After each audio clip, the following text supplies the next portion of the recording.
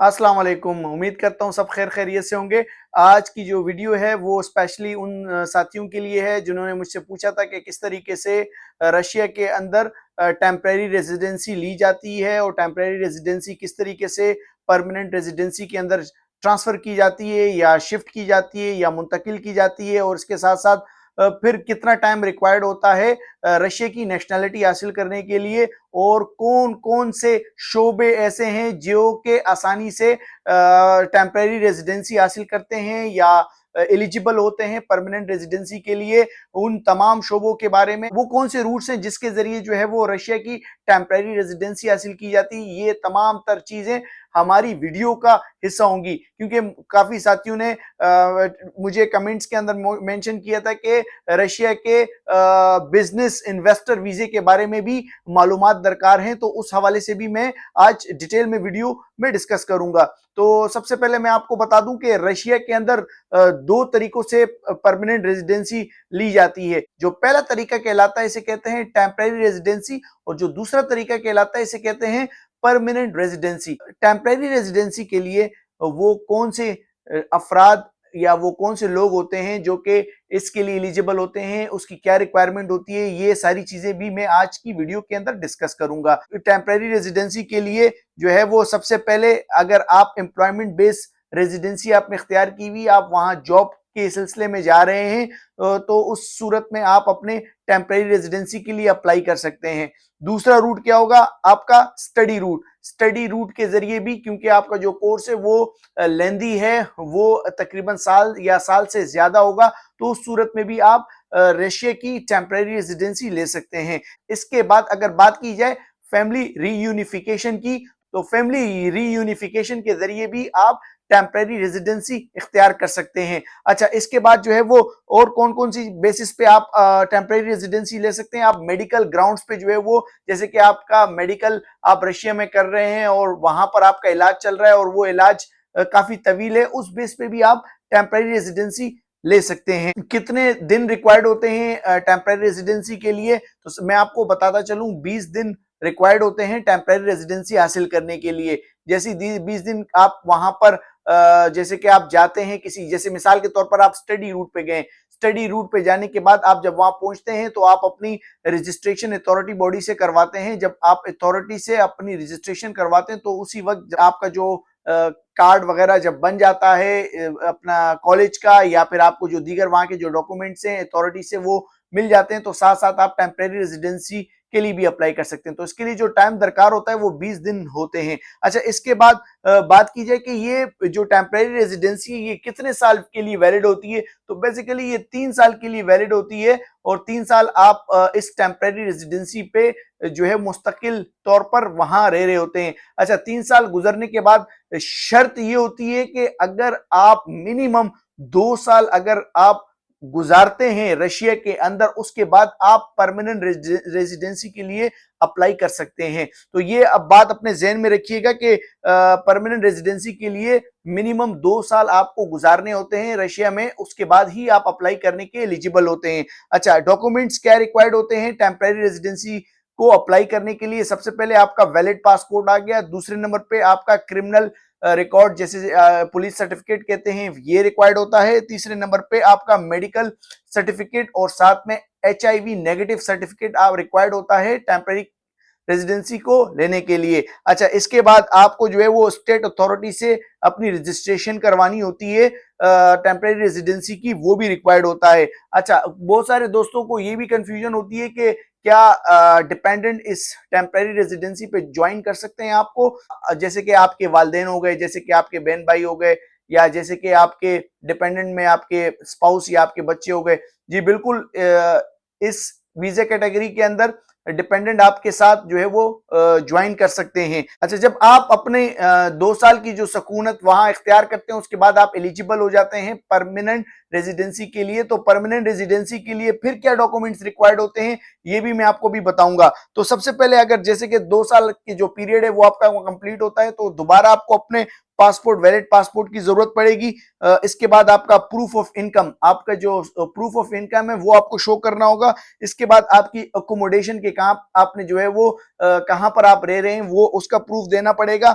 Health insurance required होगा। इसके बाद जो है वो आपके basic knowledge of Russian language जो है वो इसका एक सर्टिफिकेट आता है, ये भी रिक्वायर्ड होता है परमानेंट रेजिडेंसी के लिए। अच्छा, जब आप परमानेंट रेजिडेंसी ले लेते हैं तो परमानेंट रेजिडेंसी के बाद फिर क्या प्रोसेस होता है नेशनैलिटी के लिए? तो नेशनैलिटी को अप्लाई, जिसे नेचुरलाइजेशन भी कहते हैं, इसको अप्लाई करने के लिए आपको 5 साल कम से कम रशिया के अंदर परमानेंट रेजिडेंसी इख्तियार करनी होती है। जब 5 साल की जब रेजिडेंसी आपकी कंप्लीट हो जाती है तो आप जो है वो नेशनैलिटी या जो रशियन पासपोर्ट है उसके लिए एलिजिबल हो जाते हैं। तो उसके लिए क्या रिक्वायरमेंट होती है वो भी मैं आपको बताऊंगा, जिसमें आपका सबसे पहले जो आपका जो वैलिड पीआर रिक्वायर्ड होगा। पीआर जो आपका परमानेंट रेजिडेंसी है वो रिक्वायर्ड वैलिड होनी चाहिए। दूसरे नंबर पे आपके 5 साल मुकम्मल होने चाहिए रशिया के अंदर, तो वो आपके रिक्वायर्ड होंगे। इसके बाद आपका प्रूफ ऑफ इनकम रिक्वायर्ड होगा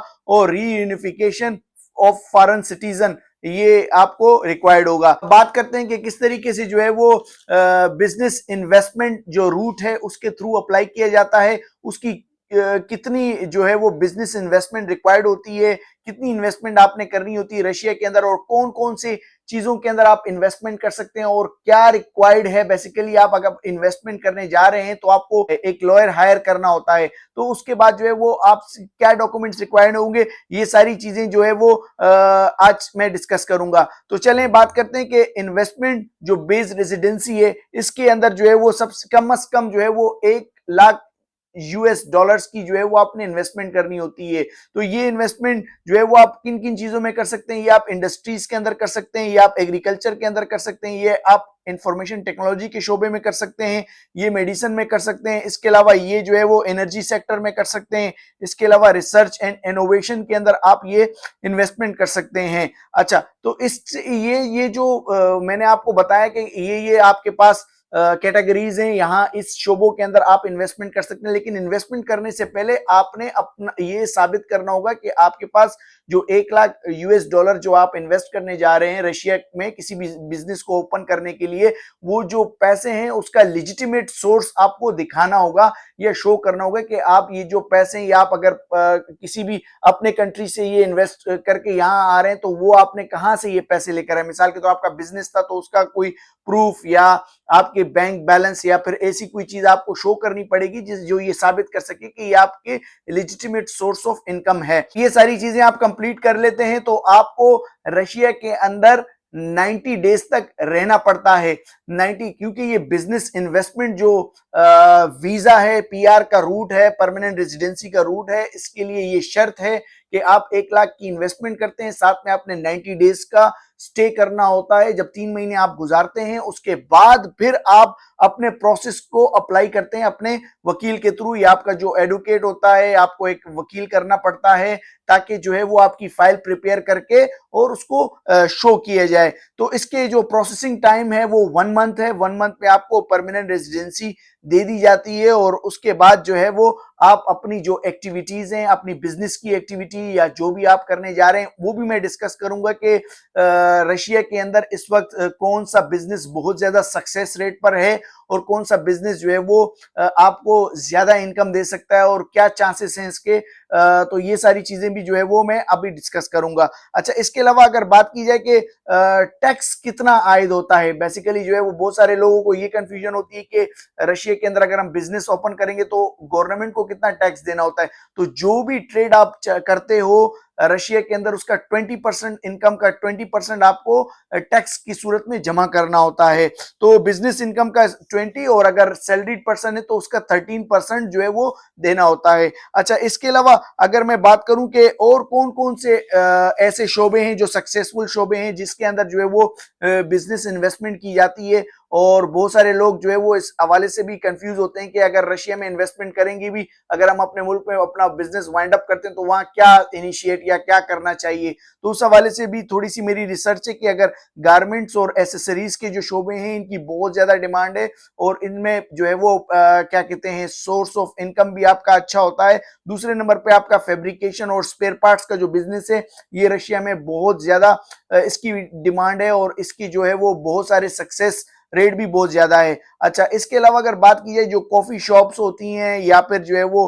ग्रेन्स फार्मिंग का जो बिजनेस है, इस कल्टीवेशन से रिलेटेड जो बिजनेस है इसमें भी बहुत ज्यादा स्कोप है। अच्छा, फिशिंग और सी फूड का बहुत बड़े पैमाने पर रशिया के अंदर बिजनेस है, क्योंकि रशिया खुद भी एक बहुत बड़ा समंदर जो है वो अपने अंदर समाता है, तो इसलिए वहां पर अगर इस शोबे में आप अगर इन्वेस्टमेंट करनी होती है तो ये भी एक सक्सेस शोबा है। अच्छा, इसके बाद टिम्बर और फर्नीचर, ये जो लकड़ी का काम है ये सदाबहार काम होता है, इसमें हर जगह हर दुकान में इसकी जरूरत पड़ती है, तो इसलिए भी इसका वहां पर बहुत ज्यादा डिमांड मौजूद है। अच्छा, इसके अलावा गिफ्ट शॉप्स हो गए और ये जो क्रॉकरीज की शॉप्स हो गई, इनकी बहुत ज्यादा डिमांड है और ऐसे लोग जो कि एजुकेशनल एडवाइजरी सर्विसेज मुहैया करते हैं उनके लिए भी रशिया एक अच्छा जो है वो पॉइंट होगा उनकी बिजनेस इन्वेस्टमेंट के हवाले से और फ्यूचर में अगर वो वहां शिफ्ट होना चाह रहे हैं। अच्छा, मैं बात करूंगा उन अदर रूट्स की कि जिसके जरिए जो है वो रशियन सिटीजनशिप ली जा सकती है, वो कौन से अदर रूट्स होते हैं, क्योंकि आज मैंने स्पेशली बिजनेस इन्वेस्टमेंट के हवाले से रिकॉर्ड की है। तो इसके अलावा मैं ये भी मेंशन करूंगा कि और कौन से टेम्परेरी रेजिडेंस की जो रूट्स होते हैं उनमें इन्वेस्टर के अलावा, जैसे कि अगर आप वहां पर किसी भी रशियन से शादी करते हैं तो उस सूरत में भी आपको परमानेंट रेजिडेंसी या जो है वो आप सिटीजनशिप के लिए एल हो जाते हैं। अच्छा, अगर आपकी किसी रशियन मिलिट्री के अंदर एनरोलमेंट है तो उसके हवाले से भी आप जो है वो एलिजिबल होते हैं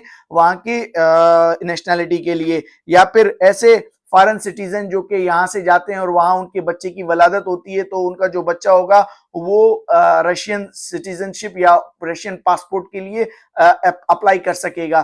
तो ये थी सारी मालूमात आज की रशिया के बिजनेस इन्वेस्टर वीजे के हवाले से। तो अगर आपको किसी भी किस्म की मालूमात चाहिए, मैं अपने डिस्क्रिप्शन में मेंशन करूंगा वो तमाम तर डिटेल्स जो कि आपकी मदद कर सकती हैं आपके जो है वो फर्दर आपके फ्यूचर में जो आपके बिजनेस की जो ट्रांसफॉर्मेशन है उसमें, और साथ साथ जो है वो आपको एक आइडिया दे सकती है कि किस तरीके से आप इन्वेस्ट कर सकते हैं और अपने लिए बेहतर और अपने बच्चों के लिए बेहतर मुस्तकबिल सोच सकते हैं। आज के लिए इतना काफी है, अगली वीडियो तक अस्सलाम वालेकुम।